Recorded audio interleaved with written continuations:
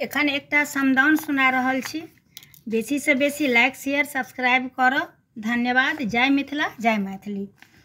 चलू चलू आहे सीता अवध नगरिया, अवध नगरिया बिसरू जनकपुर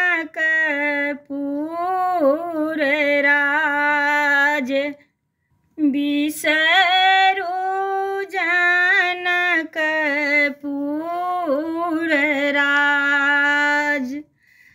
राजा जनक सन पिता कोना बिसरब,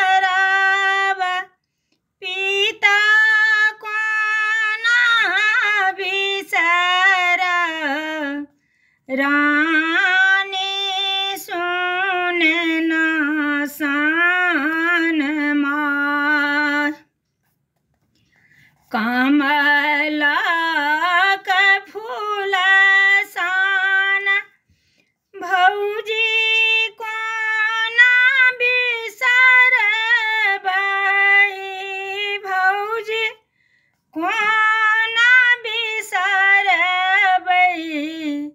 कोना बिसरबै सहोदर भाई, कोना बिसरब सहोदर भाई।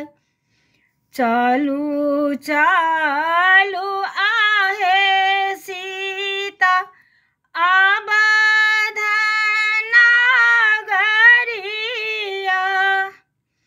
अवध नगरिया बिसरू जनकपुर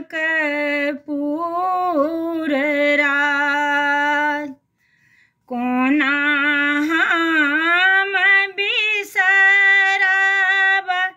सखी रे सहेलिया, सखी रे सहेलिया। कोना बिसरब कुल परिवार, कोना बिसरब कुल परिवार।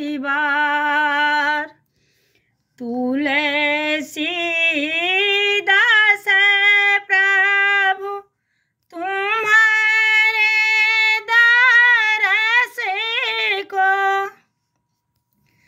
तुम्हारे दरस को सब बेटी सासुर जाय।